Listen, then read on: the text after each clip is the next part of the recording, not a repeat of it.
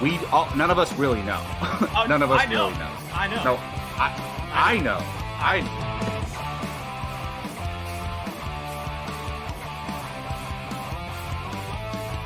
Perfect timing, Keith. Keith, what's up? Your favorite movie of all time, Step 9. Oh, good.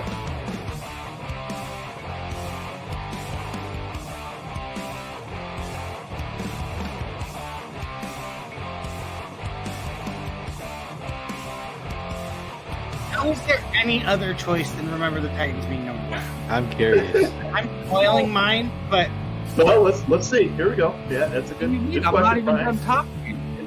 you shouldn't be talking at this point. What is going on, everybody? Welcome back. We are back. It is Apocaflix Movies. We are live for Apocaflix now. It's been 2 weeks since we've had a show, and for good reason. For good reason. We'll get to that a little bit later in the show. But thank you so much for joining us today. It is our weekly movie hangout show here on Apocaflix called Apocaflix Now. I'm your host tonight, Jake Berlin. I am joined by both Gio Ramos and Brian Avlicino. Mr. Keith Barnes will be joining us here in a little bit. We have two very cool things to talk about tonight. There's a lot going on in the movie world currently, but we slimmed it down to just two. There was a tweet earlier in the day that said they were doing two things, but we're not doing those two things anymore. We are covering both Andor for Star Wars because we have yet to talk about it on this channel, as well as, of course, the main topic of the evening, Top Gun Maverick. Full-blown spoilers, everybody. So if you don't want to spoil for this movie, stop watching now. No, stop watching after Andor and then come back a little bit later on after you watch the movie. So, Yeah. But Gio, Brian, it's a Tuesday evening here on Apocaflix. How you guys doing? Doing swell. I didn't all of a sudden just got super darker than I thought it was. And now I'm like just a little bit of light. Doing good. I'm still trying to get back in the swing of things after Celebration for me, that's for sure. It's weird coming back. Well, you didn't have work. Yeah, so I left working, but came back on vacation. So, like, you never left vacation, but you kind of did. I'm all over the place. So, yeah. It went from a vacation to a staycation now. Essentially, yeah. A 2-month staycation. Right. Month and a half. Whatever. But, same thing. yeah. I didn't miss the ding dong bell, though. My church across the street, not my church, but the church across the street. The first day, because we came back in the evening, and then when I woke up, I was like, what is going on? And yeah, so yeah, I'm all over the place, people. All over the place. Gio? Yeah, it's good to officially be back on the channel. It's been almost a month since the last time I was here. I get derailed by COVID, and that was a fun 2 weeks. I did get to see a lot of movies though, and shows as well. So it was nice, but not nice, if that makes sense. But I'm just happy to be back on now. You guys did a great job holding it down, and much needed entertainment. So, well, thank you, ladies sir. and gentlemen. Don't let him fool you. He has been busy watching his Celtics make it to the finals. And I get 2 more weeks of basketball, baby. Boston upset the Warriors, even though I live in California. Oh, Gio and I are rivals for the next couple of games. I'll Hey, take we gotta anyone get over the together for at Warriors least any one day of the game. week. So. At least one of the games. You're off. Come on, buddy. I live in the area now. I haven't even looked. I bet you the tickets are insane. Jake, do you have a bone in the fight at all, or not really? You don't care. No, anybody but the Warriors, honestly. Like, it can be anybody take but it. the Warriors. Yeah. So, I just think Warriors fans are like, and it's not Brian, it's most Warrior fans. It's a classic Bay Area trait. They are the worst. They come out when the team is winning, and that is it. Like, it's the whole San Francisco Giants, San Francisco 49ers thing. And it's nothing against you, Gio. Not like you're not the one of those. But those fans, they only support when the team is winning. So, I'm not saying Brian or Gio. I'm just saying the general audience, people only speak up when their teams are Kind winning. of feels like he is, Brian. No, you guys support. You guys always support. I'm not calling you guys out anyway. That's for sure. I just wish I love that we live in a basketball market, but I hate that it doesn't allow me to watch the games. I mean, it's even more difficult to watch it. But yeah. And then there's Kings for Jake. Yeah. Well, before we get on to some crappy sports teams, how are you doing? I'm good. It was so I unfortunately had to go back to work today, and I went to excuse my French, but I went back to a shit show at the office. So that was a fun time. We landed, and this man. What did you I had do? 270 emails. Woo! 270 emails from the time that I left work until we landed on Sunday. Literally, his phone dropped all 270 the second the plane stopped on landing. It was the worst. It was the worst. Man. But outside of that, it's funny. We're talking about Top Gun Maverick tonight. I can literally hear it in the background. I just came from watching the original because Gabby has never seen it, and she's watching it right now. And we started it last night. It got a little late, so she's finishing it right now. We just saw the unfortunate passing of one Mr. Goose, one of the saddest deaths in all of movie history. So I'll be listening to that as we talk. You weren't there. You're not going to be there to comfort her during those sad times? No, it gives me time to a break away from all the questions, which is very nice. So I noticed a set of ears behind you too. Yeah, no, I got the Scarlet Witch ears, which are super cool. That we got at Disney this past weekend, which are officially sold out until October. So I can sell those on the market right now and get some change for those. But anyway, in Disneyland and they were $75. I'm sure it's gone even more. Yeah, and they had them stocked up too while we were at Disney. No, look, it's well known by most of our viewers that Brian and I were at Star Wars Celebration this past weekend, and so we've discussed the Andor trailer. We actually got to experience it live on the Celebration stage. The main hall, which is where all the actors, actresses, creators all come out. We got to watch it live for the first time there before it dropped online, which was a very cool experience. Diego Luna, Genevieve O'Reilly, and a number of other actors and actresses came out as well. But before we get to Andor, I do want to make sure we cover the movie watching challenge. We're not doing an official review this week until Gio will be doing a separate review, for The Silence of the Lambs. He'll be reviewing that. Brian challenged him to that. So you'll see a video later this week on Gio's reaction on that movie. And then we will get going back on that for next week. Yes, Gabby, I apologize, but it's the truth. You know it is. Everyone watches our reactions. You know it's the truth. So yeah, you'll see a reaction from Gio on that movie later this week. But So with that said, I say we just get into it. Let's go and talk about Andor, the next Star Wars series that will be premiering in August after Obi-Wan Kenobi. And before we actually talk about it, why don't we just react to it? It's only a little bit over a minute long. Let's check out this footage one more time before we dive deep into it. So here we go, ladies and gentlemen, the Andor series trailer.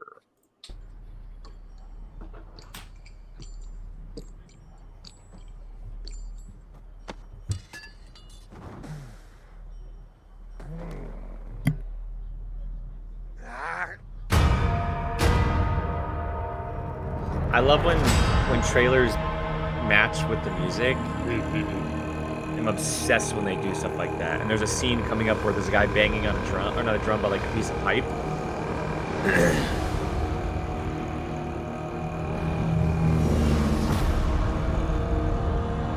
Music's intense, man. Right here.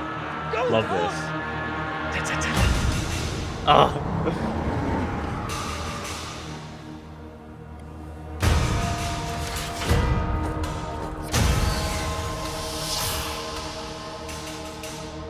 They're so proud of themselves. So fat and satisfied. That line is perfect, too. They're everywhere. They're watching me now.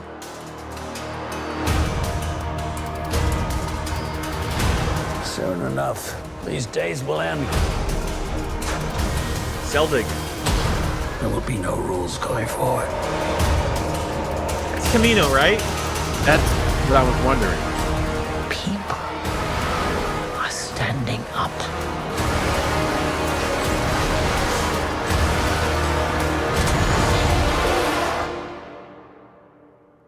That's That's what a reckoning sounds like.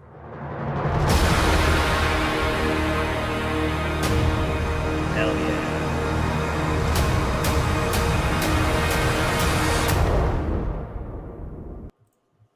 Hell yeah. I'm excited for it. It looks. Oh, go ahead, Brian. Go ahead. I was just gonna say, I always was like, cool, like this should be interesting. And then the trailer dropped, and I'm like, okay, this looks like it's gonna be really good. Yeah, and it's so it was always an interesting thing. Like, okay, Cassian Andor, we know that he's a spy for the rebellion, right? But where did he come from? His upbringing. We know that he was a pretty not evil, but there weren't any lines that he wasn't going to cross, right? Like the beginning of the show or the movie, excuse me, in Rogue One when he shoots the fellow spy in the back because of information, right? So he obviously has a very dark past. But then when they bring in Genevieve O'Reilly as Mon Mothma, and it instantly becomes like a political thriller, my head expands so much because it's exactly what I want from Star Wars. Like a lot of people say this online, and I completely agree. But Star Wars, when Star Wars does politics good, it's the best politics portrayed. Period. And the fact that we're getting the Senate again, we see that shot of Mon Mothma standing in the Senate. Obviously, Coruscant. It looks like there's a shot of Camino, which is incredible to go back there, maybe in live action. There's just so much stuff to love about this time period. 5 years before Rogue One. And for those watching who maybe didn't watch Celebration or know a little behind the scenes information for Celebration, they officially said that it's going to be 2 seasons, 12 episodes each. So you're going to get 24 total episodes.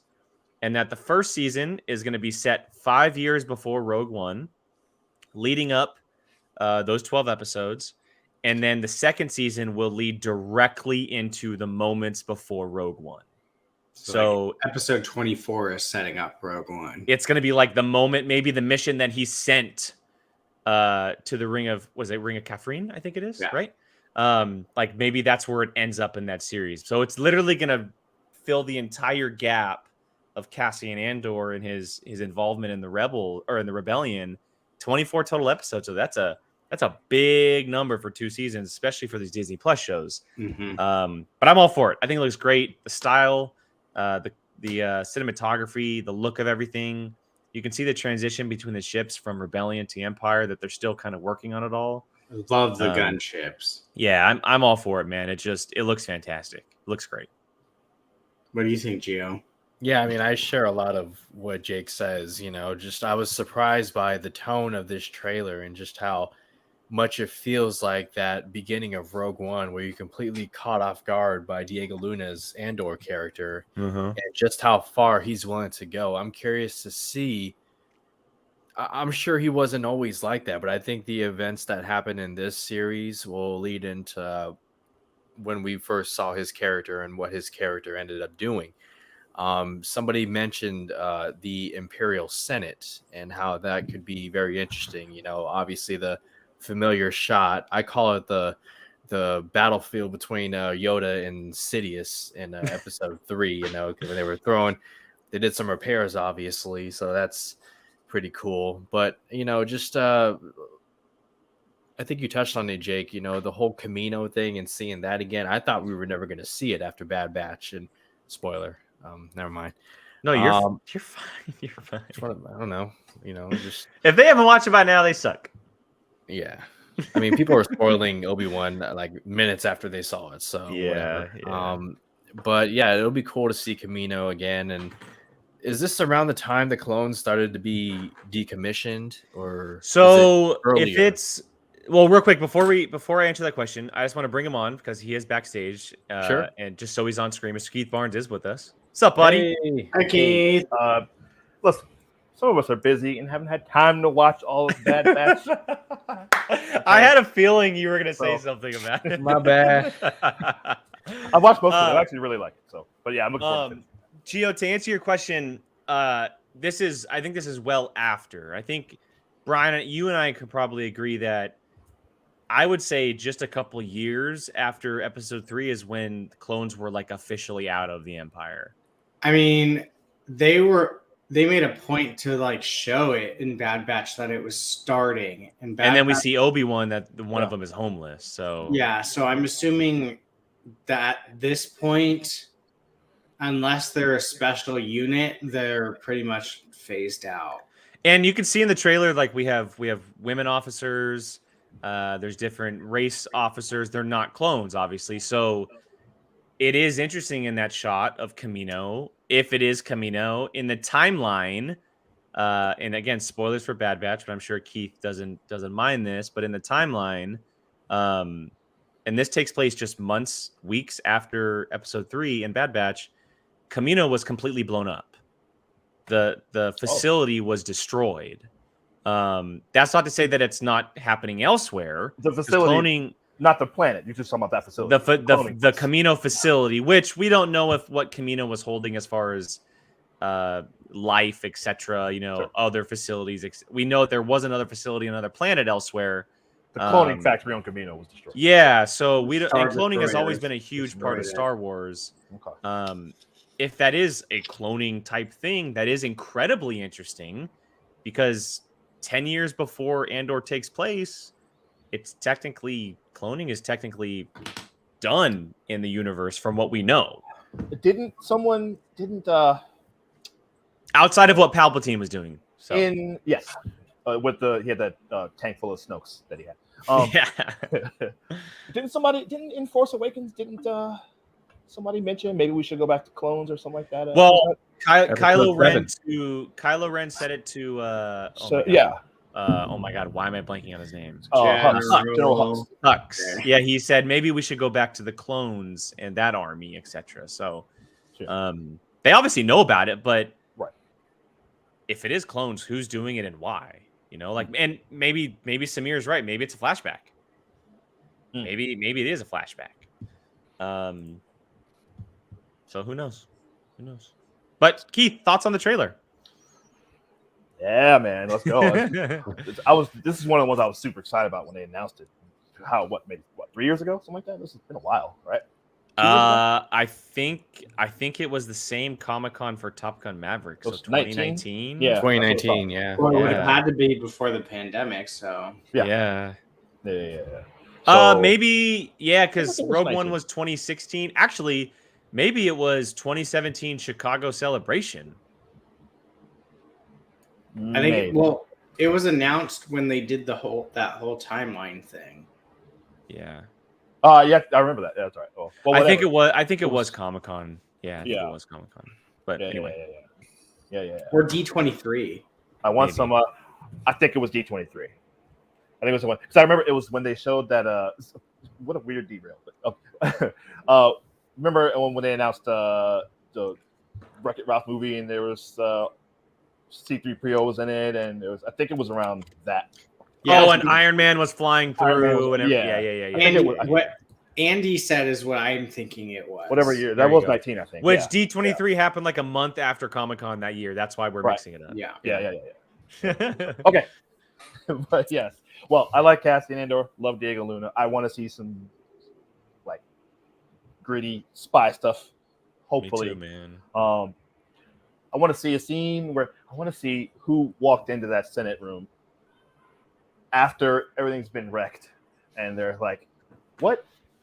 That's what Gio was talking about. Is that what he said? Yeah, I want to see somebody who walked in there and was like, "What the hell happened in here?" Damn. Yeah. So very surprised to see Mon Mothma. I was not expecting that, but I mean, considering the time frame, I didn't expect to see that actress again. So that's cool. I know his parents. I remember reading in the encyclopedia for Rogue One. His parents were part of the Separatists. Separatists, I think. Yeah. So I get some flashbacks to that. I'd love to see that aspect of the story being told. I don't think we've really seen that. Not that I can think of. Maybe you guys. Anything in print? No, all we know about him is everything from Rogue One. That's the only thing. Yeah, well, and the one-off of the Cassian and K2SO comic book, which a lot of people did not like. So. Oh wow. Okay. Yeah. That's cool. That's pretty much all the information we know about it. So. Right.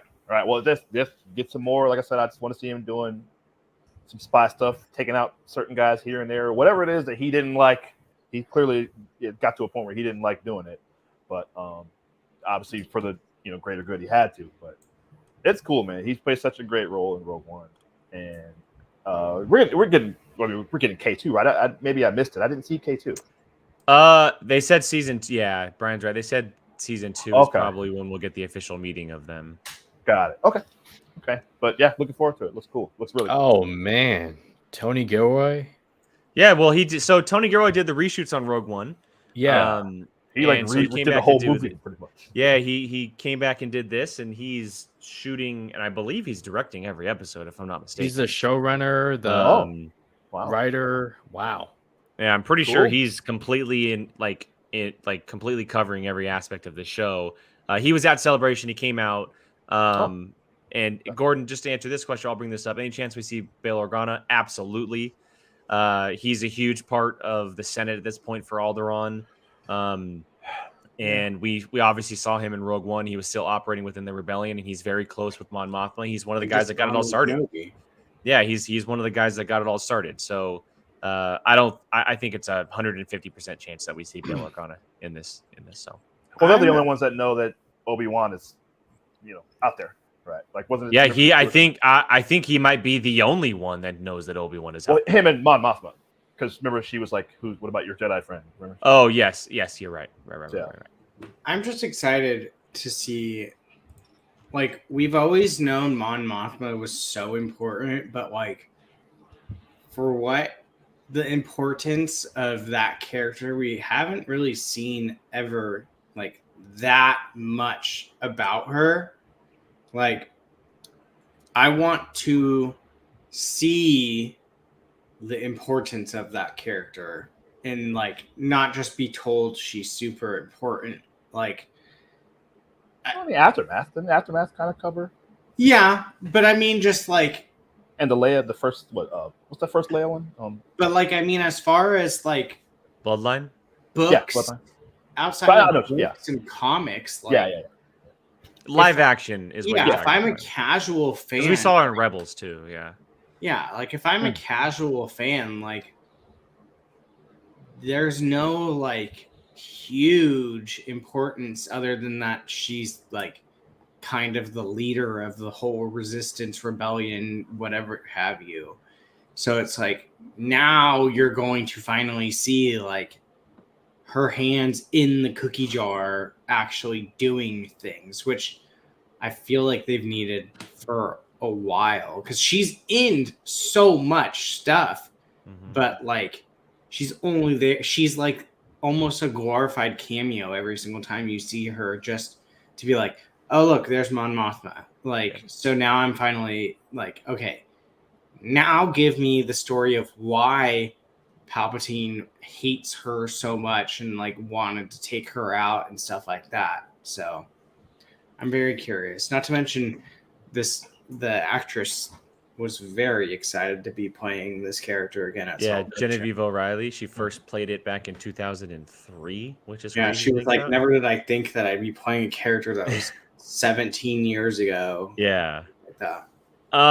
Quickly here, will we see any surviving Jedi? I hope not. Keep the Jedi out of it. I think not everything needs to include the Force. And when you're dealing with political spy thriller type of stuff, you don't need it.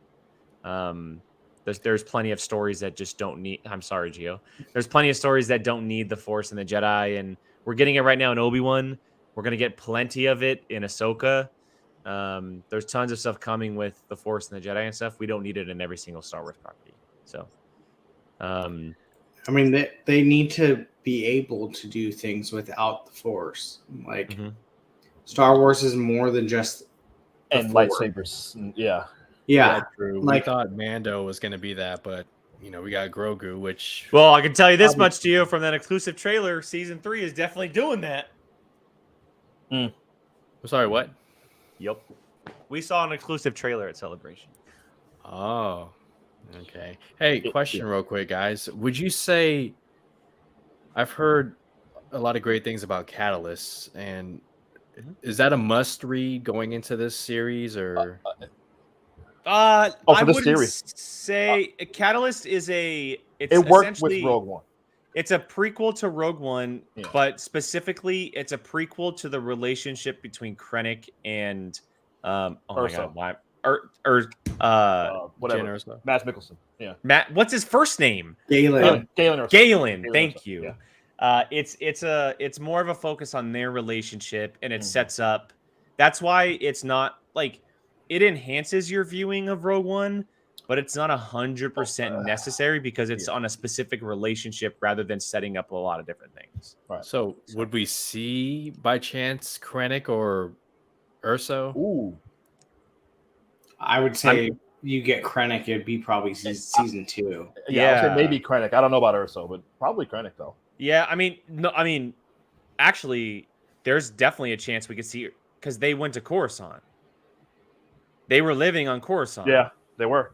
So there definitely is a chance. I would say Krennic over Galen, but I'm not putting Gio. That's actually a really good question. Yeah, that's a really good question. If we, I don't know. If there's something happened. I didn't finish what's her name?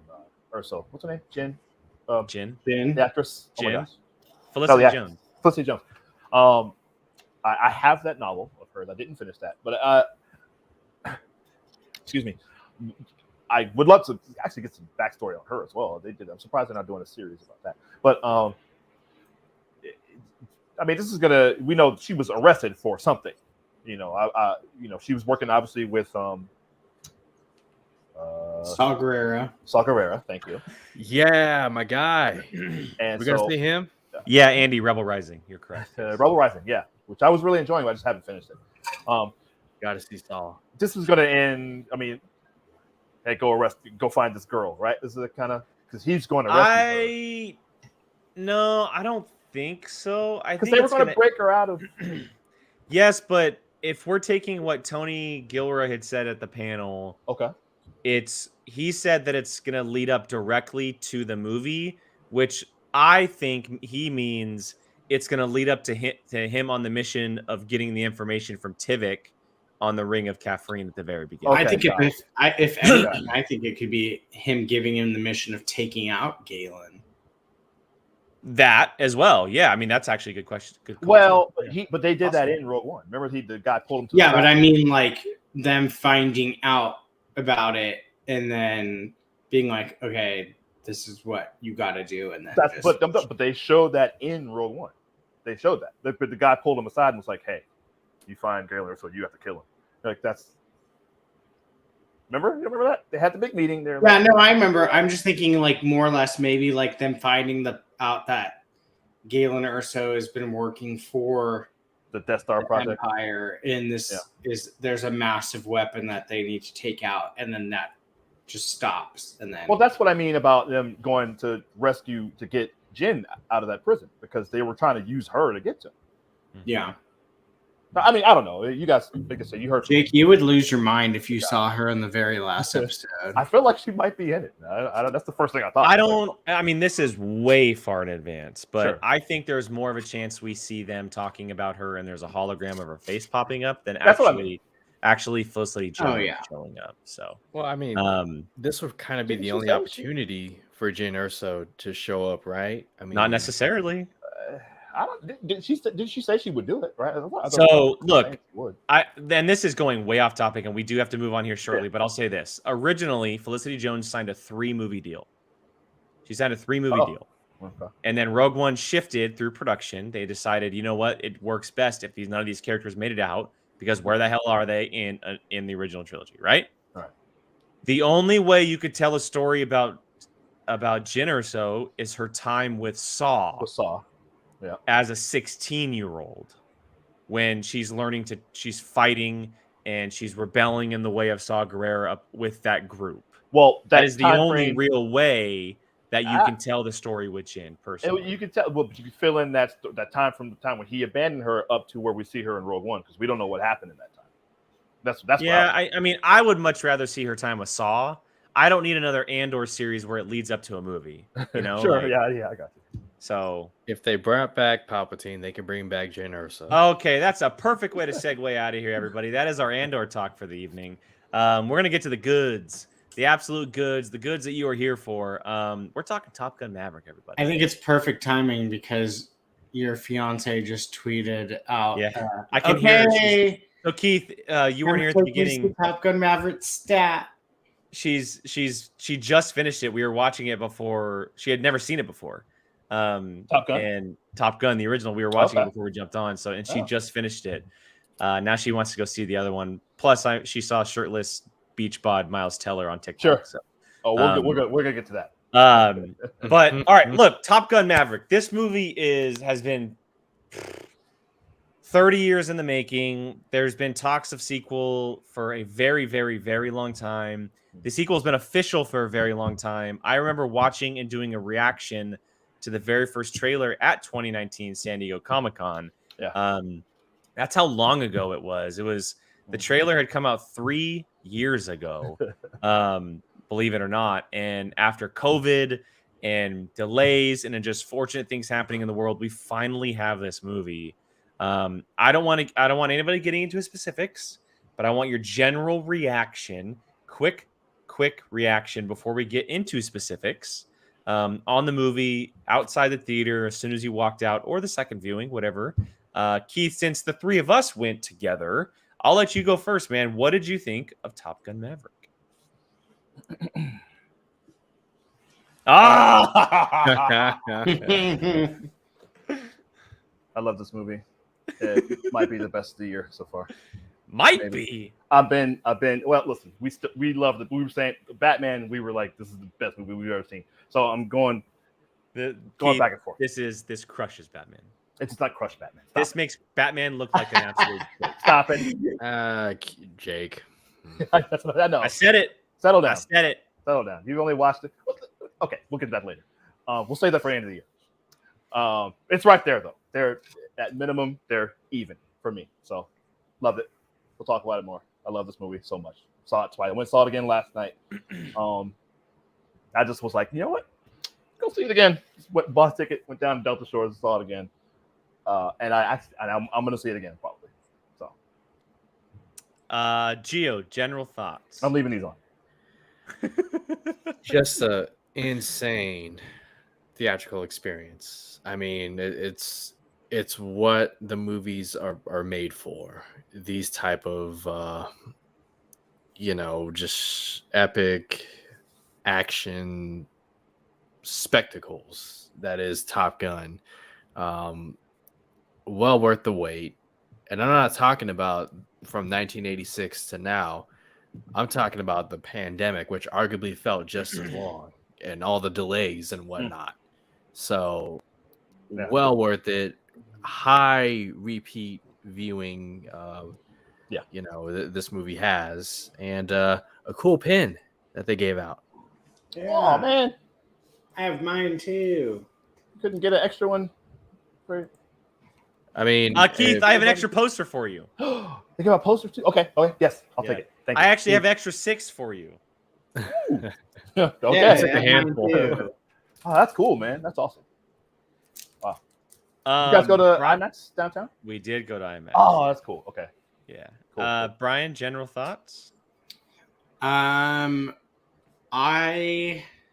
thought it would be a cold day in hell when something that wasn't Marvel would overpass the Marvel movies for my year, but unless Thor is better than this, I don't see a movie the rest of this year that could be better than it. It was freaking awesome, and I need to see it in D-Box because I feel like I might literally. I'll go with you, Brian, this weekend. I'll go. I might literally fly away if I. Yeah, I sit want to go in too. Let's go this weekend. Where's our D-Box? There's a D-Box in Roseville. What? Really? The new. The new Galleria Theater. Yeah. Oh, okay. All right, let's go. Talk later. Like this movie. Can you imagine if they did like Star Tours to this movie, like one of those types? They of things? should. They should. You would probably. They absolutely should. Yeah, but yeah, it. I That was Samir. Sorry. No, Yeah, Samir for a second. I'm talking this year's Marvel movies, Samir, not Black Panther and Arrow. I haven't felt like a summer movie blockbuster, just generic, like not generic, but like that isn't a Star Wars, a Marvel, or a DC like movie that just absolutely kicks ass.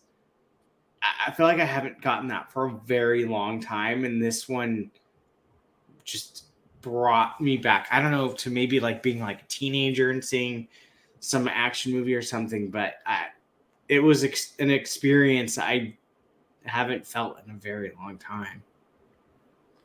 So Yeah, I second that, and there's a lot of good comments. Thank you, Keith, for highlighting that. Yeah, because I want to bring up something with that specifically, and I told Brian about my thoughts on that when we were walking out of the theater. But so I haven't said this publicly. Brian knows this, and he thinks I'm an absolute fake and total sham for saying this. I haven't had a movie experience like this since 2015. This is the best movie I've seen since 2015. Force Awakens? No. There's two movies. So Mad Max. look, okay, Mad listen, Max, Fury Road. Yeah. Listen. I went through. Not only did I go through greatest sequels of all time, I did a Top Gun versus. I did direct sequels and movies, my favorite movies of the last decade. I have not had a movie experience like this since 2015. And there were 3 movies I put it up against. Mad Max Fury Road, Ex Machina, and Blade Runner 24. Or not Captain America the Winter Soldier. Excuse me. Because Blade Runner was 2017, I put this over Blade Runner 2049. And you guys know how I feel about Blade Runner 2049. There's a new, we'll get to it later. You see that new Alex Garland movie? Yes, men. Yes. Anyway, sorry. So those are my thoughts. This is the best movie I've seen in 7 years. Think of it that way. In 7 years. So I can't wait to talk about this movie. I don't know where it's headed, but I'm stoked. I don't know where we want to start, guys. I have notes. Don't worry. I took notes last night. That's fair. That is fair. That's a good Samir. I didn't even think about Jake with that. I put it over Fallout. Okay. That's the thing. Well, so Brian, when you mentioned the summer, like that's the one I was going to mention was Fallout. I put Fallout over Infinity War that year. I was the only one to do that. Yeah, I remember that. And I put this over Fallout. Sure. Very high praise. I'll give you that. Yeah, I'll give you that. Started off, man. I mean, look, I maybe the best way or the best thing to start with is like, can we just? I have one to start. The cast. We can start with the cast because I guess in the Top Gun universe, the cast is obviously very important, right? Like the cast in the first movie, Anthony Edwards, Val Kilmer, among many other names, that were absolutely incredible. Michael Ironside, just great names throughout this film that were pilots or side characters outside of the Navy. Tom Skerritt, Tom Skerritt, exactly. Awesome. And inside this cast, right, it's a tough thing to get back into because Maverick is the only one returning that's a main player. We got Ice to a certain extent. He was in there throughout the entire film, but we actually got to see him face to face for a very small moment, which might be the best scene in the entire film. Yes. Yes. And so you have to surround Tom Cruise with incredible young talent, and they did that. Miles Teller was obviously one standing out playing Goose's son. And then you have people like Glenn Powell, Monica Barrero, I think her name is, among many, many other young actors who just absolutely crushed the role that they were given. And I don't know, or Lewis Pullman, who played Bob. That's my favorite. That's my guy. You have Fanboy. You have Payback. Phoenix. So many great. Yeah, Phoenix. Awesome. I mean, and obviously Jennifer Connelly, right, coming in and playing Penny, which we'll get to. But this was the cast. It's a hard thing to do when you do a legacy sequel. You have to get players who bring in just as much good as the film before. And when you're trying to top something like Top Gun, which has become, believe it or not, it's a rotten rating on Rotten Tomatoes, so it's technically called a cult classic. Wait, the original Top Gun has a rotten rating? It's in like the 50% or something. It's No yeah. way. That's big. It's Yeah. okay. But I think the cast is fantastic. There really wasn't a total miss. John Hamm, right, as Vice. the Admiral. Vice. His name is Vice. Vice. No, his name is Cyclone. John Hamm was Cyclone. Yeah, literally. I saw it. It's saw it Cyclone last night. Yeah, it's Cyclone. But yeah, no, I mean the cast was absolutely incredible. There was not a single miss. There was not a miss. Ed Harris at the beginning for his quick scene. Yeah, never saw him again. Yeah, but I mean that's what they did with the original.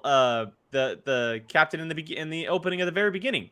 The guy that sends him to Top Gun, then he shows up back at the end, right? They got Ed Harris for that role. Yeah. I call him Principal Strickland. I don't know his real name. There you go, Principal Strickland. Yeah, exactly. But yeah, no, I mean, cast was an absolute knockout in my opinion. So, yes, agree, totally agree. Tom, bringing it up watching the trailer 3 years ago. I just that didn't dawn on me until like after, and I'm so excited about it. I went, oh, I think I shot this movie 4 years ago, probably like at least. Because they showed the little thing at the beginning with Tom Cruise talking about, hey, like he always does in all his movies now. Hey, everyone, I made this movie. I hope you like it. See you later. You know, one of those. He looked significantly older in that. Yes. And then watching the movie, and that it dawned on me later on, like, oh yeah, that's 4 years difference, man, from the time. Yeah. You know, so people have been praising Tom Cruise, but he looks the same. That now he's getting up. No, he's starting to. I mean, he looks way better than I'll look at his age. 100%, 100%, yeah, absolutely. But it's starting to show now, which is fine. He's nearly 60 years old. But all right. Someone just mentioned. I think someone was it Charlie, Andy here is zero. Yeah. I don't think Kelly McGillis is acting anymore, which is part of it. I mean, I guess you could said they could have acknowledged it, but that was a thing that came and went, you know. So 30 years things happen in life, and it probably happened 20 years ago for Maverick, and he's not thinking about it. Do we honestly think Maverick at that point in his life was going to stick to one girl? Exactly. That's what I was going to say. That's Well, how that I wasn't the love of like, his life. That's a girl he met there. He liked her a lot. He only lasted 2 months at Top Gun. That's exactly. And then left. Yeah. He's the type of guy. For He's him. in and out of everywhere he goes, except for obviously Jennifer Connelly, which we'll get to her. Multiple incarnations of Penny. Right? There was before Top Gun, there was in the middle of the two movies, and then there's Maverick. Third time's the charm, apparently, with them. Sure. And real quick, because I want to bring it up before we move on, because I actually clipped out the moment in the original Top Gun. If you don't know where Penny is from, that she does get mentioned in the movie. There's a reference in the original movie. She gets mentioned twice in the beginning and then towards the middle. Let me just play this clip real quick. That way everybody knows. One admiral's daughter, yeah, I know. Yeah. You've been busted. You lost your qualifications as section leader 3 times. Put in hack twice by me. With a history of high-speed passes over 5 air-controlled towers and 1 admiral's daughter. Penny Benjamin. And you, asshole, you're lucky to be here. Thank you, sir. Very good. Yep. That was nice, Jake. That's good. Good. As soon as they said her name, I picked it. Just say I was going to say earlier, real quick. I was hoping to see Meg Ryan. Obviously not. I don't know if she's acting anymore either. So. Well, we saw Meg Ryan. But... She's acting in very small movies. She actually got casted in a movie not too long ago. Yeah. Oh, really? Okay. I haven't seen her in so long. Wow. Okay. Yeah, you're right. You saw her in flashbacks. I was hoping she'd be in this. But Top Gun is a movie. I've talked about it on here before. I saw it when I was 7 in the theater. You know, I'm a Navy kid. Grew up in Virginia Beach, Virginia. My dad, most of his career stationed at NAS Oceana. So grew up seeing F-14s and F-18s and A-6s flying around my whole childhood. So went to the air shows every year. Top Gun's one of those movies. One of the few movies I've seen at minimum 100 times, if not more. It's in my top 6 or 7. I love it. I know the movie inside and out. So that was the first thing. As soon as they said her name, I didn't remember Goose saying her name, but I remember watching it, thinking, oh, I bet this is the Admiral's daughter. Mm-hmm. And then I looked it up at the end. And I was like, oh, that is her. Okay. And then I watched that scene, and so that was cool. Can we just talk about how Jennifer Connelly is still one of the most beautiful women on this planet? Listen, it's unbelievable. Not to objectify. We're not. But come on, man. It's unbelievable. I'm allowed to. Vision. I don't like. She was the perfect addition opposite Tom Cruise in this movie. The perfect addition. She's so good. Oh my gosh. In everything. Paul Bettany. Yeah, Paul Bettany is her husband. Yeah. Well done, sir. Well done. Paul Bettany is her husband. Yes. Yeah, that's why she voiced Spider-Man's AI, and he was Jarvis. Yes. What? Karen. Yeah. She voiced Karen in Spider-Man: Homecoming. I knew that, but I didn't know that they were beautiful couple. I think, yeah. But I mean, like, so in the original, right? You obviously have Charlie, who is part of like the Top Gun program, and she's a really good foil to Maverick. Yeah. Penny challenges him in ways that we've never seen Maverick challenge. She knows his Charlie game did too. I mean, in Charlie ways, but not BS too. Yes, but Charlie built up his like cockiness in a way, whereas Penny tried to make him be. Penny humbled him. Yeah, like Charlie kind of did too. They're very similar. They were not- very similar. I know what maybe we just have different views on them. Yeah. That bar scene though, where she's just ringing that bell, and he's just like, "What? Oh, yeah, great." That was very fun. Well, and then you get to the really fun of the bar scene, right, where all the pilots are introduced. You're getting introduced to all these young hotshots, and then he gets kicked out of the bar by the young hotshots, which I love the counter scene from the original where he comes walking down the aisle. They recognize who he is, but then the emotion completely flips when Rooster starts singing "Great Balls of Fire" on the piano, and it's like, oh my god, like just an absolute whirlwind of nostalgia, knowing. That scene of the original clearly, right? And his reaction, Maverick's reaction to it from outside, it's just like, oh man. Oh, devastated him. Yeah. They handled the Goose Maverick relationship so well. Like Goose Maverick, yeah. Or Rooster, excuse me, not Goose. Rooster, sorry. Yeah.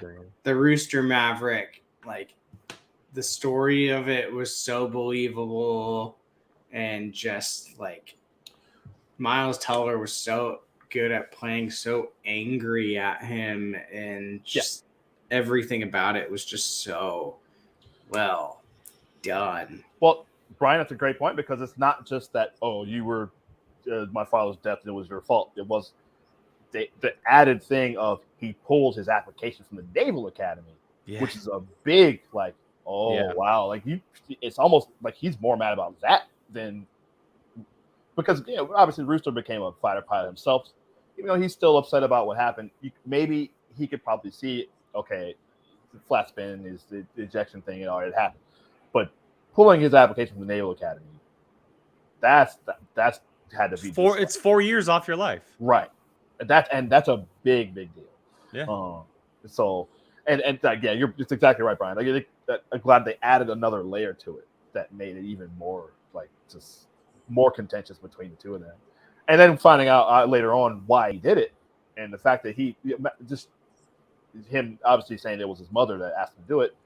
I absolutely love that, because Maverick's the thing about him, and this runs all between both movies. His heart's always in the right place, He does everything the way he does it, and he has his moments where it just shows, and that's one of my notes was just.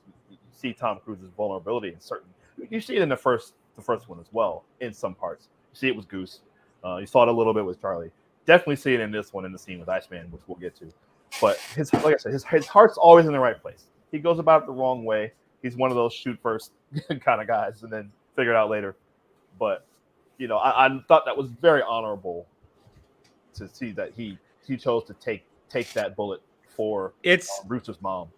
The scene you're talking about is where he says, do I want him to regret his mother dying of cancer or me?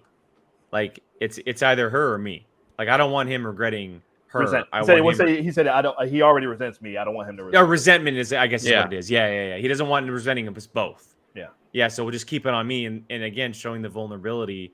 It's unbelievable character development for that character after 30 plus years, returning, and he still very much is the same Maverick, but at the same time, he's growing in ways that we haven't seen him before, and also getting scenes of Tom Cruise like that we haven't seen in a very long time. Like, he's usually just doing these action beats and big action movies like the Mission Impossibles and stuff, and that was a very like dramatic scene to be able to act like that. It's a different layer of him that we haven't seen in a while. And playing opposite Jennifer Connelly in that moment was, it was an incredible scene. And then obviously the Iceman scene too, just kind of, doubled up on that. So, man, dude, that leading up to the reveal of Iceman and seeing him and just the build up, it had my heart racing, because it's like, this is very highly anticipated reunion. And then if you read the backstory about it and how he went through his cancer treatment and the documentary Val, which you guys should definitely watch on HBO Max. It's worth, I think it's Prime Video, but it's on there and it's free. Just what they were able to do, and the fact that Tom Cruise was so, adamant about having Val Kilmer in this movie, and the filmmakers, Kaczynski, and the writers finding a way to make them have their moment and not be robbed of real life circumstances, I thought was well done. I don't personally understand how you do it without him. Like, you're right. How was that? It had to happen with him. Like, yeah. If that was even a thought, like, of them to just not have him in it, like, I don't understand. Like, obviously, if Val Kilmer couldn't do it, that's then, what I'm like, saying. He's all messed up. Yeah, but I mean, like, the way they have made it sound like Tom Cruise fought for him to get into it, like, it makes me think, like, at first they were just like, no, we're not going to use Iceman. Like, that to me is like a must have in this movie. Again, obviously Val Kilmer, his health and all that type of stuff plays into it. But like, if I'm hearing Tom Cruise fought to have him in there, like, to me, that seems like he wasn't in the cards in the beginning. Well, I wonder if people just, he hasn't done much of anything in understandably. So I'm sure there was question of whether or not he even could. Yeah. It's sort of like that near the end for Christopher Reeve, like he popped up in Smallville, but it was like one of those things where, like, I literally just watched that episode for the first time. Oh, really? Yeah. Okay, it was gross. So I remember that was really cool to see him. I'm sure. Yeah. And it's the same reaction seeing Val Kilmer here. I forgot, because it's been so long. I forgot they said he was going to be in it. Yeah. So go ahead, Gio. Sorry. No, it's just like exactly. when he actually started talking and just knowing what he went through in real life, and just like, that was probably difficult for him to do. I would imagine they probably had to do several takes of that, because, like, again, you watch the documentary, like, it's so difficult for him to, like, be able to, talk like how he used to talk. He's getting better, thankfully, recovering well, but it was that exchange of dialogue that just took it to from 100 to 200%. It was just like, man, like, this is where men cried. Well, real quick, that was done in post. That's what you're about to say, James? Just to touch on this, yeah. So that actually wasn't Val Kilmer. Yeah. And this came out today, actually, or yesterday, excuse me. Artificial intelligence created 40 models to revive his voice. Yeah. It was all done in post production. So it was essentially just Tom Cruise there with the typing and Val, and then they put all that in afterwards to probably not put strain on him, obviously. Right. So that's 40 different models to revive his voice for the film. Kind of like that similar thing they did with Luke Skywalker in not, what do you call it? Boba Fett? Yeah. No, I think they just used Mark Hamill's voice over. Yeah, it was just Mark Hamill's voice over the actor, because Mark Hamill was there. No, Mark Hamill was there. Yeah. Okay, I thought I heard that. Still, Was just not. hey, movie magic. They found a way to make it work. It's just I'm Well, just I'm so like glad we got that. honestly, there's so much like that we have to get to for the film, but their relationship and it kept being said over and over again that Maverick wouldn't be there without Ice. Like he wasn't there without Ice. When Ice passed, he was booted immediately. Then he had to essentially steal his way back in. Their story, their relationship, their friendship is the heart of the film. It's the whole reason everything is happening. Yeah. And to weave it in like that as small of a thing it may have been, just like text messages and then one scene and then that incredibly emotional moment where it's Ice's funeral. It is the absolute heart and soul of the film. Right. And it almost puts Mark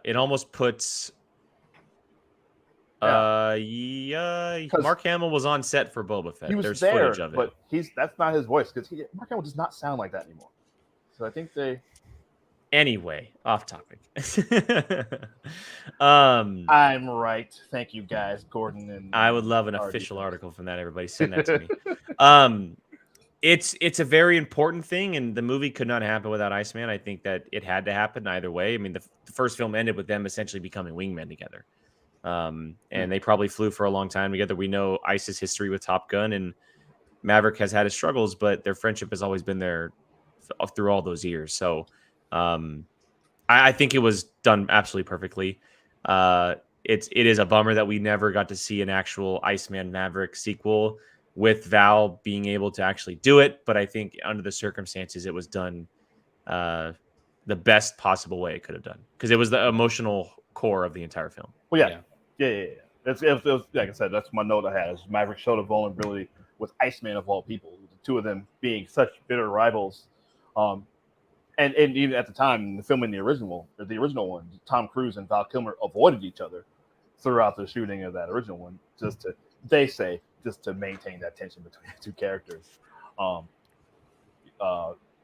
That's maybe they really were kind of rivals with each other in real life. Maybe I don't know because they were both kind of on the same ascension at the time. So, but yeah, the fact that the way that movie ends with Val Kilmer, he won the competition at Top Gun. I do that because it's not actual competition at Top Gun. But Maverick actually is being number 2, but Maverick actually being the one kind of the hero and Iceman backing him up. So yeah, you're exactly right. It's the way you get the sense of that history between the two from that moment on. You can, even though we didn't see it, you can absolutely sense it there. They did a great job, even with Val Kilmer not speaking. Yeah, it's incredible. We did get a Streamlabs that came in. I want to make sure I read it. It's about Top Gun, so I want to get to it. This is from one Tim Sim. Thank you, Tim. Hey. He says, My thoughts. It is thrilling, authentic, respectful to the original, yet new, fun, and zany as the Ace Combat games I played, but with better writing than the Ace Combat games. A summer Tom Cruise blockbuster, 4.5 out of 5. I recommend playing AC7 to get the feel. Oh, my God. Tim. My note I have here is, the mission is straight out of Ace Combat. And I was the Death Star trench run. It's the Death Star trench run on steroids, which is and people can compare it and not like it for the comparison, but it was the perfect because that's the one thing I wanted to bring up is the story. The whole thing, like everything is happening, right? Like why they're doing this. It's not the typical Top Gun program where they're just training to maneuver. They're literally training to save the world, essentially, right? Like they're training for something huge. I love the essential just comparison and take from Star Wars and taking the trench run, but turning it into a naval aviator mission. It's incredible. Like what a great way to bring these characters into the fold and really test their skills if they are in fact the best pilots in the world. And then you get that incredible moment where Maverick steals the jet and does the run on his own and absolutely just wallops all over Cyclone's ass about him not wanting him there, that he's a joke, he can't teach, and he does it even shorter time than what he was telling the pilots to do it in. So it's just the story I loved. I love the reason why he got Brack. I love the reason why he was there. And I love the ultimate mission. It wasn't right. Like the first movie was, you see dogfighting, and then you see Top Gun, and then you see dogfighting off of a carrier. This one is you see what Maverick is doing in testing planes. You go to Top Gun, they're training for a mission, and then you see the mission. It's not a carbon copy of everything. There's pieces, obviously, but it's not an exact copy of what the original was. I'm sure we would have loved it, but doing an actual mission where they have to do something is a big deal, and it worked out. It was the best move they could have done. That's the biggest difference, and they set it up right from the beginning. Like, oh, there's a problem. This is the actual thing, because there's no actual mission, like you said in the first one. It's just they're just pilots. They are just pilots. They show the competition, and then there's a dogfight at the end. There's not an actual. Even though we don't know. That's what everybody's. Who's the actual enemy? We don't know. It's from what I read, it's just like a rogue nation. I don't know. It's whatever. But whatever, it doesn't matter. We'll just say the Russians. They that's what it looks like. It's funny because that was always something that I was growing up very confused over. Is like, who is the other people? But I learned, eventually learned, that's the whole point. Like, they're just literally just doing a mission. And then they kind of did the same thing again, this one. It's like, it's not important to the story of, oh, what country is it? Blah, blah, blah, blah. It's just a mission they need to do to finish it. And once you get past that, it's just whatever. It's not important to the story. Yeah. It's just bad guys. Well, it doesn't matter. It's lines. It's boundary lines. And there's boundary lines across the world everywhere. It can be anybody. That's what they don't want to alienate anyone. Because someone made a good point I was listening to. The Russian government, particularly their leader, is doing bad stuff and he sucks. But actual Russian people, they're not doing it. So maybe they want to see a good movie. They want to see Top Gun and go just see a good movie. They don't want to go sit down and watch. They're just bogeys. They bogeys. Don't want to hear that. Who cares? Yeah, they don't want to hear that. We're the bad guys. No, we're not. And a fifth generation fighter. That's all we need to know. Yeah, at the end of the day, they're bad guys. That's all you really need. That has stealth fighters that apparently our stealth fighters can't fight. Yeah. Well, the F-35 is garbage. But apparently that's why they say it right away. We can't use ours. So which I thought was funny. But, Gio, did you like the story? Oh yeah, I agree with you guys. It's early on you get the sense that Maverick is still, when he goes Mach 10, he's still Maverick. Not much has changed about him. And then Mach 10 in the opening scene was insane. Yeah. Yeah. That was crazy. And I thought that would have been a scene that we saw later in the movie, just based off the early we theorized, Gio, I think you and I talked about we think the movie's going to end with them testing a plane to go to space. And we think Maverick's going to be the test pilot. Right. Yeah. And then no, you guys are fools. This is the very beginning of the movie. Yeah. But no. That was some Mission Impossible stuff, by the way. Yeah, it was. Yeah, exactly. Go ahead, Gio. It was just crazy. Yeah. No, I mean the whole thing with the new younger hotshot, pilots and all that, and Maverick's still dealing with some things from the past and all that in between. And then of course the icing on the cake is just that whole third act of them flying through. Unbelievable. We can get to that. Crazy. Perfect segue, Gio. We have to talk about the action in this movie. It is unlike anything I think I've ever seen. Because I don't think there is anything like it. For the most part, and I was actually watching an interview today with Joseph Kosinski, the director, and he said that they got a special permit from the Navy to fly under 50 feet, and it'll never happen again. Yeah. That'll never be granted ever again. Yeah, it was I saw that same thing too. It was, they are the only people to ever get the permit to do that, but it was the actual thing that they were you're crazy if you're flying under this level. And Tom Cruise was flying under 50 feet. Yeah, whatever the one in the movie was, it was that in real life, it's you don't go. Oh, they were doing I think it's the oh my god, what's the name? The hard deck. Hard deck. Thank you, Keith. The hard deck, which I think in the movie was 5,000 feet, and then you have that scene where he goes, "You need to request it," and he throws the paper on and he goes, "What is that?" It's a request to lower the hard deck, sir. Yeah, and it was for 2,000 feet or whatever it was. But no, I mean, look, the action is, and we've heard about it for years. for years that they implemented IMAX cameras inside the planes, and that Tom Cruise was flying, and that all these actors and actresses were being put through G's and flying planes to get the real life experience of flying these planes and everything. And boy, did it show. Some of the most real, authentic action I have ever seen in a movie ever. It was incredible. I completely agree with you. It's so funny because I've been watching some of the interviews and stuff, and they're like, Tom Cruise was not effing around. Like I think it was Glenn Powell was like, for Christmas, he bought us all iPads, and it had all of the like training that we had to do, and it had like I saw that. Yeah, it had like like it was some crazy stuff. The iPad had the testing to get flight certificates on. Oh wow. Yeah. So they all had to do that, and Tom Cruise was like checking in and making sure that they were doing okay and everything. Oh yeah, sure.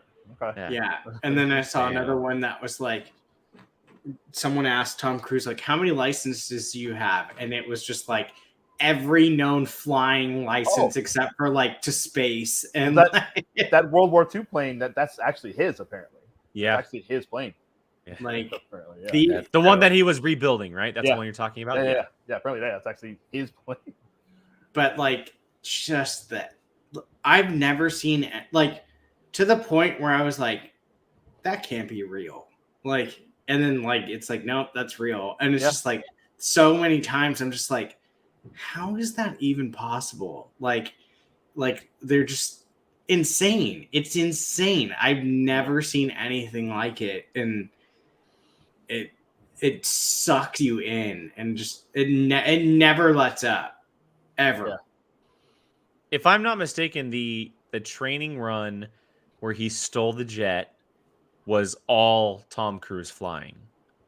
Like, was it? If you go back and watch, and I think there's a clip online, I think they clipped it out as like a preview to the film.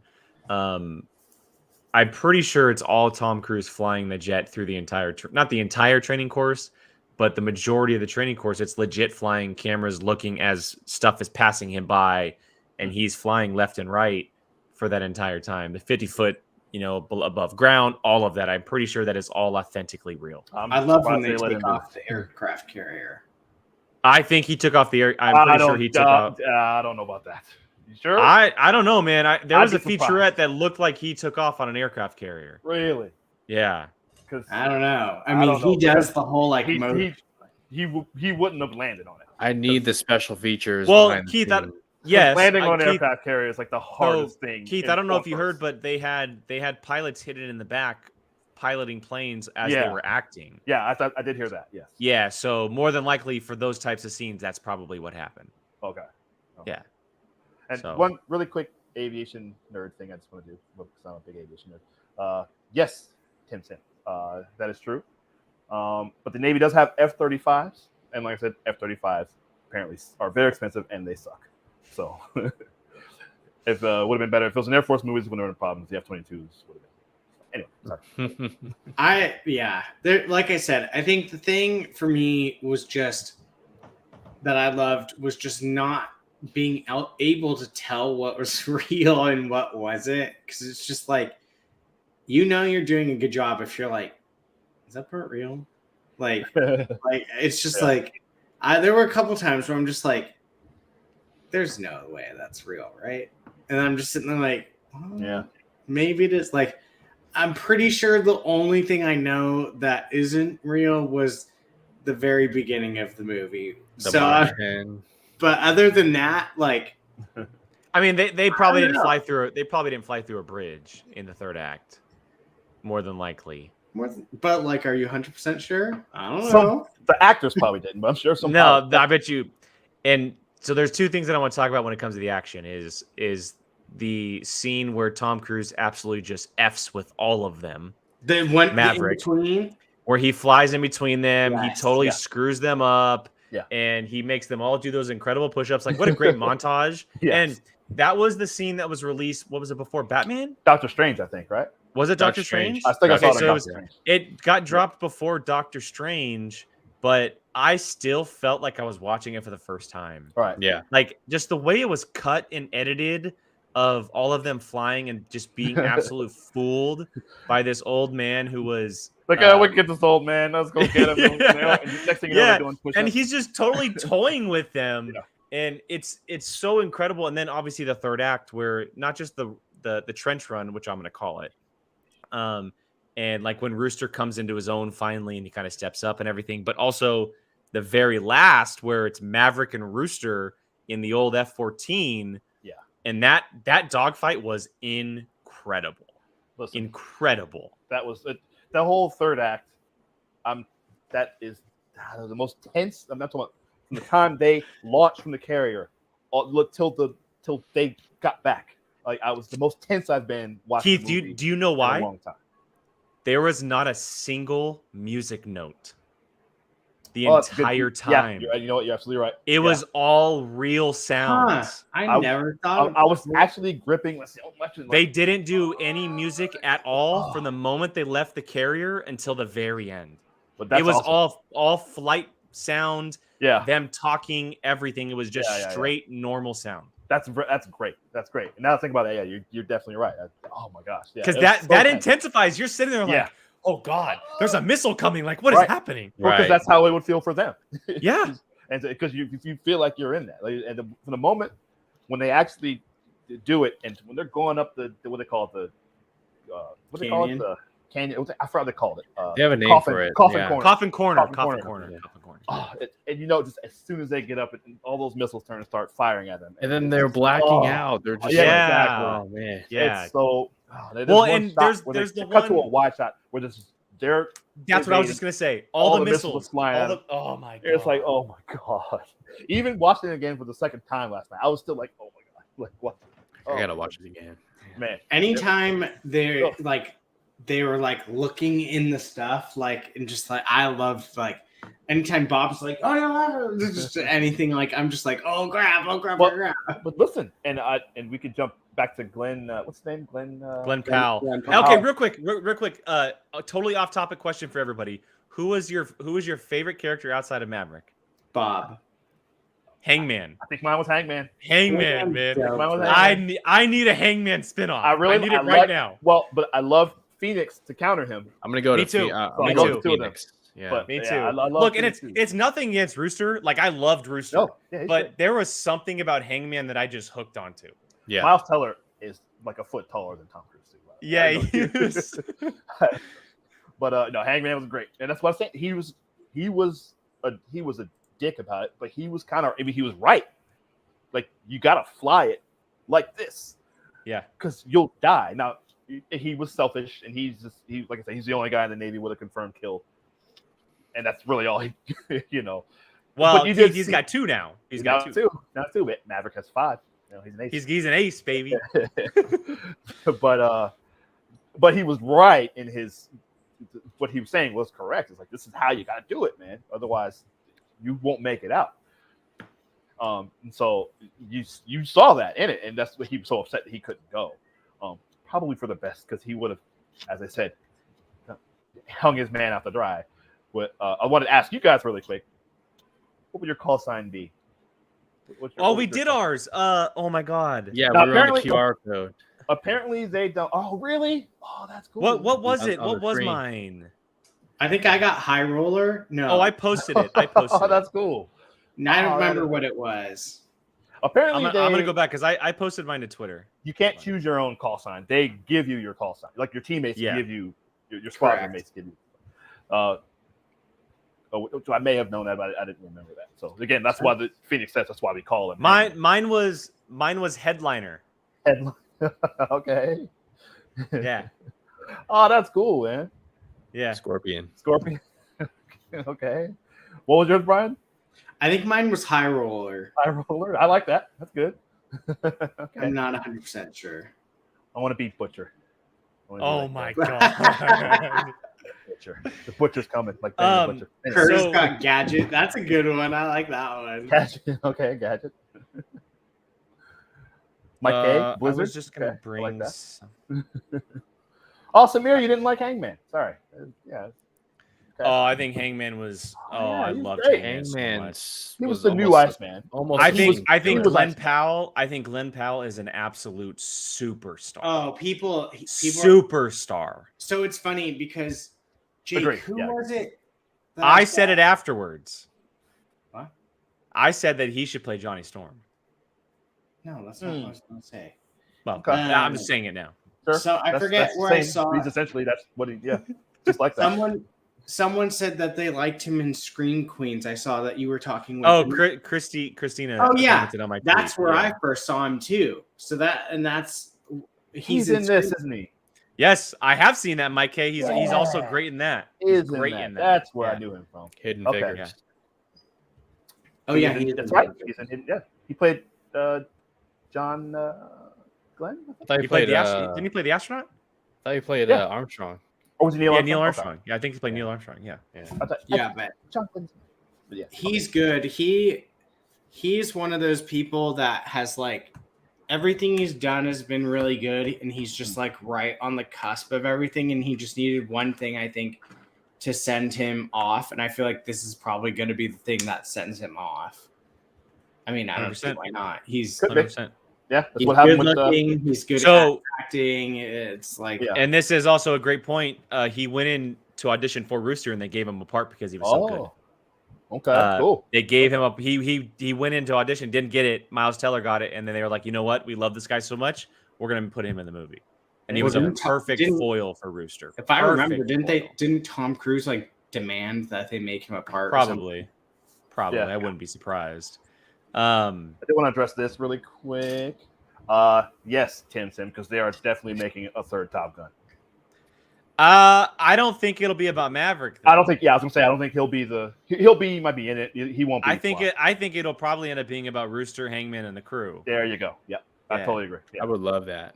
And I think John Hamm will come back and be their vice admiral, whatever he is at that point. Admiral Akbar. Well, he's gonna and- move up and take Iceman's command post there. Yeah, well, he was a vice admiral in this film, so he'll Right. he'll probably end up being admiral by the time the movie comes He was out. essentially, which by the way, I thought that was cool. Like, Iceman being he's the head commander of the Pacific Fleet, but that's, which is Well, a in great 30 setup. years, you'd think that would happen, right? That's the Yeah. career. Yeah, that's the ladder you would take, and that's a good And- part of the setup for And Maverick. Pete Mitchell is still captain. Exactly. Exactly. And I just found it odd. Like, he's still calling all these people sir, and like they should all be saying that to him. And so.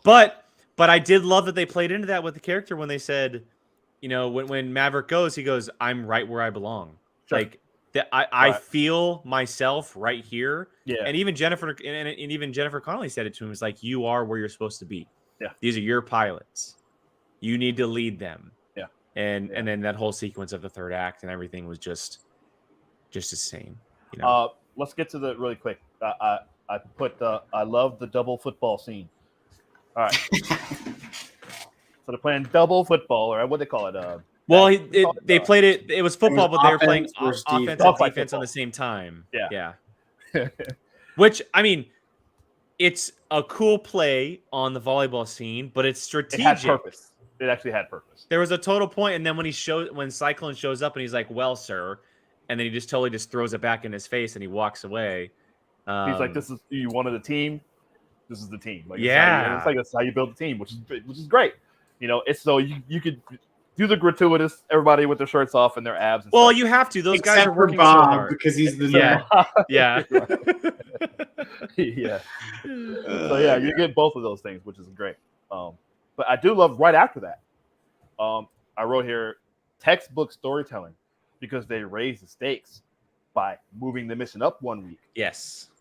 which Yes. is incredible. Because then now we're on time crunch. We already were on time crunch. Now we're super on time crunch, and just like I said, textbook storytelling there. I thought that was great. I just think the main thing is the fact that everything had a purpose. Like, it wasn't just there just for like, okay, we're going to make them shirtless because like they did in the first one and people are going to be like, ooh, look at them with their shirts off. Like there was actually like a meaning to it this time and stuff like that. And the movie was just so well thought out, and it just like everything about it, like made sense. It was like, if it was a cheesy moment, it was supposed to be cheesy. Like, it just, like, everything about it was just so meticulously done and made sure that it was done well. And I mean, it showed. The movie's at like a 97%. It's the money it made 150. Just over 150 million. I mean, it made which is a Memorial Day weekend record. It made 20 million on opening night. Yeah, like, that is wild. And apparently, this is Tom Cruise's biggest opening, which it's his biggest opening, which is insane to think about. Yeah, I was like, really? Yeah. It's crazy to think about. I'm gonna go watch it again for sure. I know. I need to see it in the D box. Gabby's going to her bachelorette party this weekend. You know what I'm doing? I'm watching it like 3 times. Let's go. I'm watching Jake. We'll talk. Let's go. I want to go.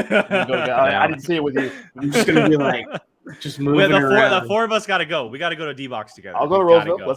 We gotta go. We should. I just want to sit here and talk about the action. We didn't talk about all the action. Like, there's so much action to talk about. Like, just the specifics. Like, there's maneuvers and things, like when in that final dogfight sequence, when they realize that they're about to be attacked, and they're like saying the howdy do, the Independence Day, like, hello, how you doing? And then they realize, okay, this isn't happening. Well, really quick on that. Sorry, just because that scene is hilarious. Because they're doing the hand signals, and they're like, I have no idea what is that? Yes, I don't know that one. And he does the other one. He's just like, well, and we finally got to see Maverick and Rooster be themselves, right? Like the uncle that Maverick probably had been for a little while, then end up didn't being. But it quickly turned very serious, because you get that moment where Rooster goes, don't think, just do. Yeah. And then Maverick turns the jets on, immediately makes a hard right, and then just guns one down right away, which was a sick ass move. Yes. It was so sick. And then it's a one-on-one fight with the other fighter. Also, we didn't talk about it, but the moment where Maverick saves Rooster with the flares and he blows his craft up. Yes. Great moment. And then Rooster comes in and saves the day and blows the copter up, which I thought was great as well. Did you think Maverick was gone? No. I actually, for a second, thought, really? I thought they would have went that direction. Yeah, that's what I was thinking. Really? Yeah, I thought they would have probably shown like Maverick's face, or him saying one last thing before he died. That's why. Just because he's the legacy character at that point, right? Right. So, but yeah, just there's so much to love. I do have a quick question before we get out of here. Okay. Because we haven't talked much about it, and I don't have one personally. I'm legitimately saying this. Like, I mean this when I say this. This is one of the best movies I've ever seen in my entire life. Sure. Like, ever. Period. I don't have a negative. Does anybody have a negative? Gio, I see you smirking. Go for it. It's okay. Nothing's perfect. It's okay. I thought everything came together a little too perfect at the end. Because at that point, when Tom Cruise hijacks the plane and proves that it can be done, nobody had passed at that point, right? Everyone still failed, and the vice admiral had no confidence, hence why he took it away, the mission. And all of a sudden, Tom Cruise does it.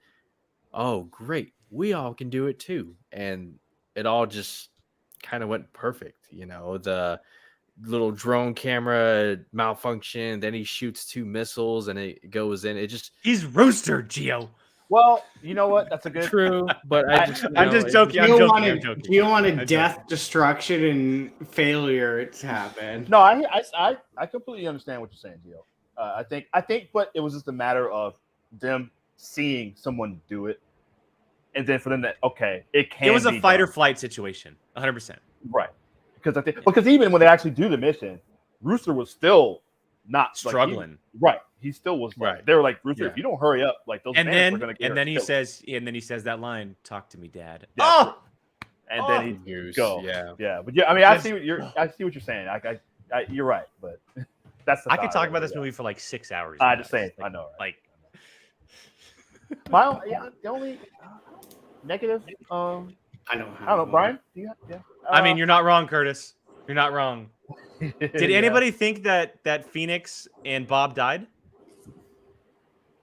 I thought they might have No, died. you know what? That's weird because I actually didn't. Because that would have been devastating thing to do with them right before they go on this mission. Yeah. So I was like, I don't know. I'm if glad they would do didn't that. kill anybody. I'm glad they didn't kill Same. anybody. Me too. Yeah. That's what I was waiting for. That was my one thing that I knew I was just waiting to happen, and like being upset over a character. But I'm glad they didn't do it because it just would have been. Then I feel like it would have been very much the same movie. Like Sure, Actually, you know what? Artie's right. This is the only negative of the entire movie. I right. said that walking out of the movie. Oh, right. theater, and you were No. like, yeah. Right. Okay. Yeah, come on. No, Brian, you were talking about Lady Gaga's song, not this. No, I said That's Berlin's a really good song. song. I said Berlin's "Take My Breath Away" should have rolled at the end credits. That's what I said. Okay. Yeah, everybody complaining about that. Force Awakens is just A New Hope all over. They would have done that with this all over the movie. I didn't say it. I didn't say it because when we were talking about it, just quickly before we head out of here, what I told Brian as we were walking out of the movie, and I may get blasted for this. I don't know. The movie is kind of like it's in just limbo.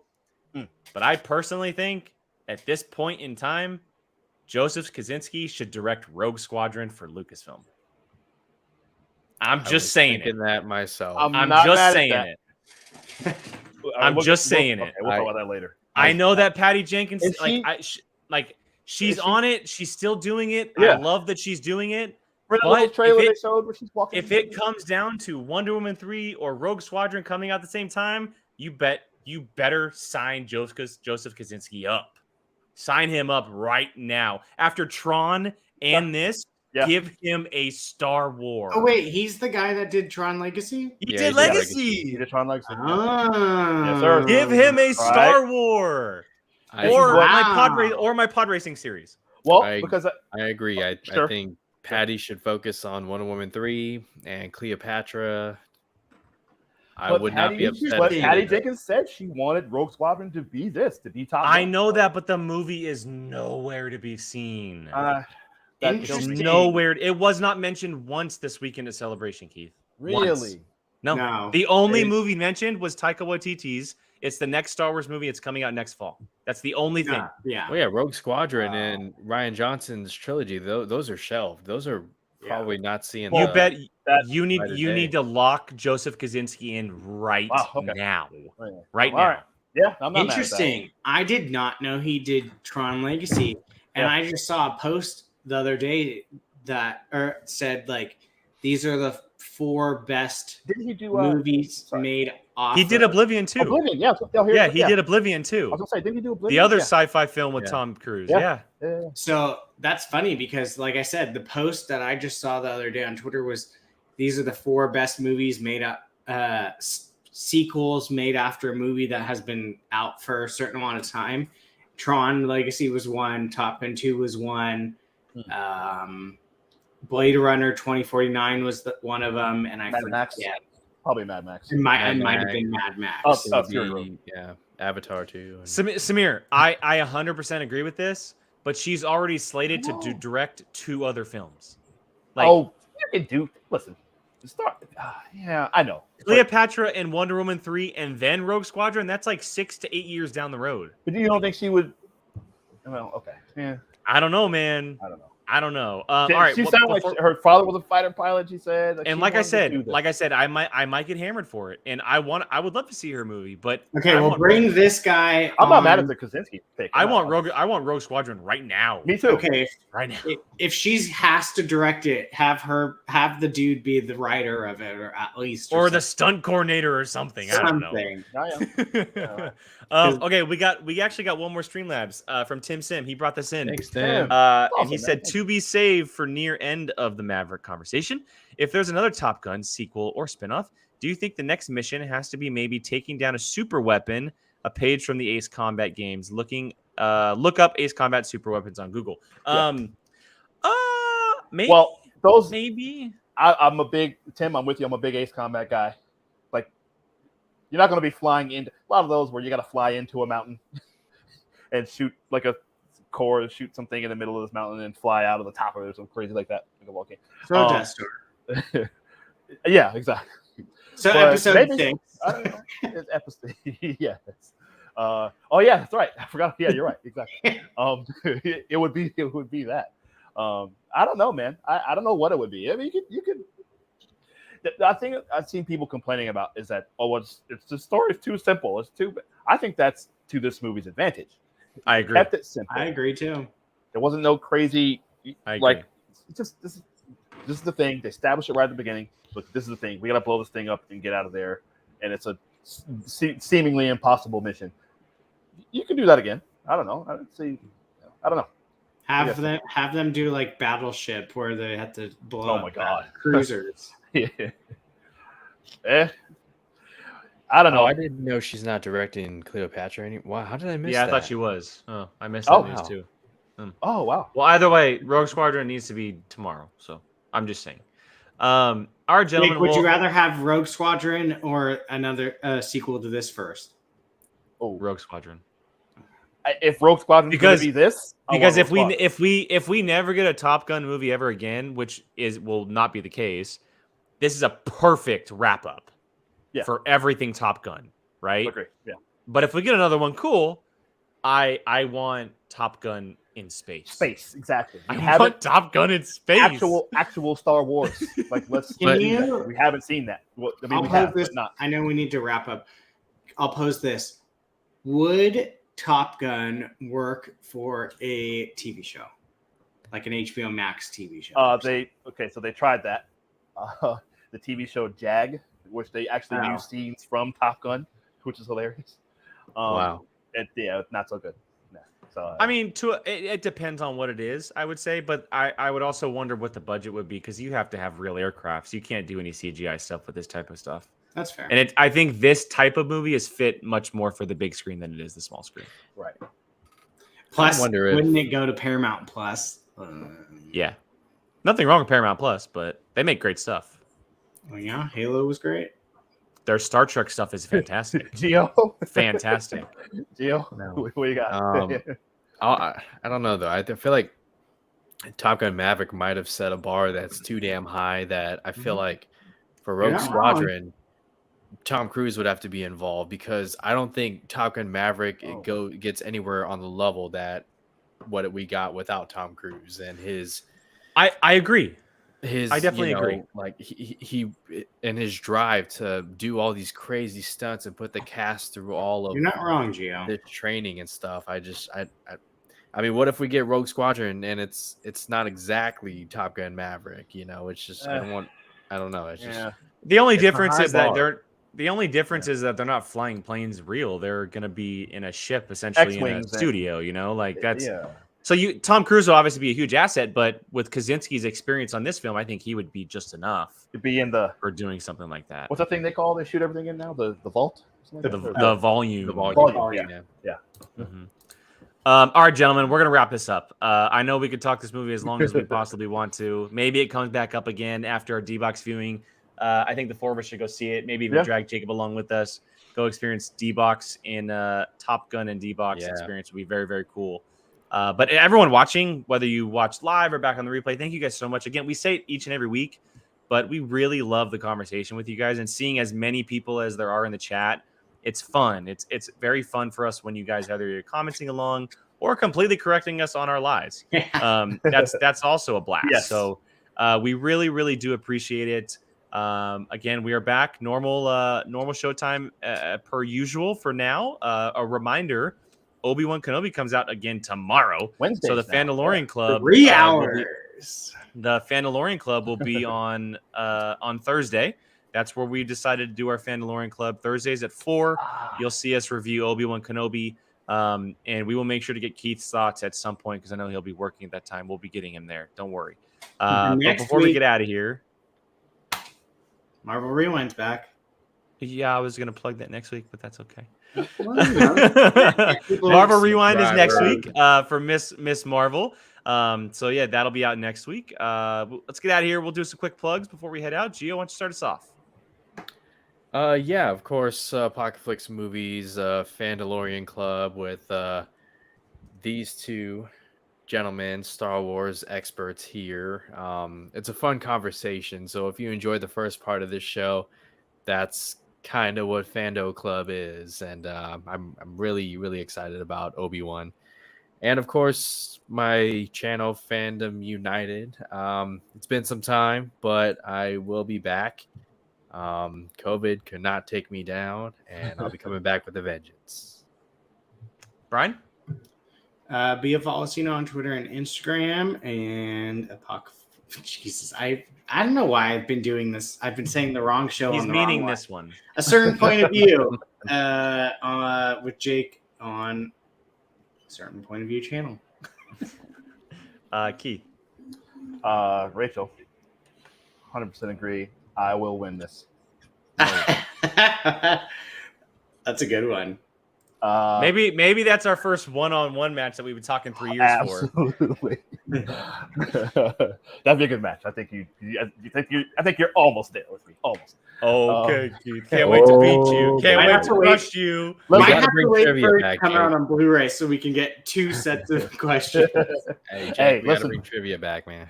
Listen. I Everyone only have else, so much time, guys. Jesus. everyone else, and they hear I'm that- I'm just getting married. No big deal. Yeah, listen. See, he's ducking me already. See, everyone else already, they have my back. I want to thank everyone for backing me up on the Mark Hamill thing and smacking Jake around on that one. Okay, so it's a little preview of what we'll get when we do Top Gun trivia. Okay. One-on-one. Okay. We'll see about that, Keith. Smacking him around. Everybody else. Yes, Keith, you're right. I'm just kidding. You can see me on Twitter at KeithBarnes79. Find me and my good buddy Jacob Bartley, our teammate on Bartley and Barnes. I'm on a little hiatus right now, but go back and watch some of our old stuff. We have some really cool discussions on there. And you can find me. She already mentioned on Fandom United. You can find me every now and then joining him on there. Oh yeah, I'm gonna get you soon. We're Got coming some up soon. Yeah, talk about. there's some stuff about. I like how we're left out of that, Brian. No big deal. You can find me on Twitter and Instagram at Qui-Gon Jake. 2 Shut N's up. because someone else took it before I did. It's okay. I'm left out of Whiskey Jedi. So. Apocaflix. Brian, you've been on the show. I'm the only one that hasn't been on. I'm the only one. Jake, Keith is actually the only one that hasn't been. Here every single week, doing Now and Fandalorian and Rewinds eventually coming back. Yes, we already mentioned, but the Whiskey Jedi. I'll be doing a celebration recap. I'm trying to find a time to do it this week, but I'm gonna do a celebration recap sometime this week. Talking some whiskey and opening this, which I finally got in the mail. My Ahsoka figure from the Clone Wars. Super excited to open that. So look out for that. Again, everyone watching live back on the replay, or our audio listeners that have jumped like crazy over the last couple months. So all of you who may have found us through, iTunes or Anchor or Spotify, thank you guys. We can't wait to, continue this journey with you all. Make sure you guys leave a comment on your thoughts. We'd love to hear from you afterwards. And we hope you guys have a great rest of your week. Enjoy Obi-Wan Kenobi. We'll be back on the channel for Thursday for Fandalorian Club. And until then, I'll catch you guys later. Talk to me, Goose.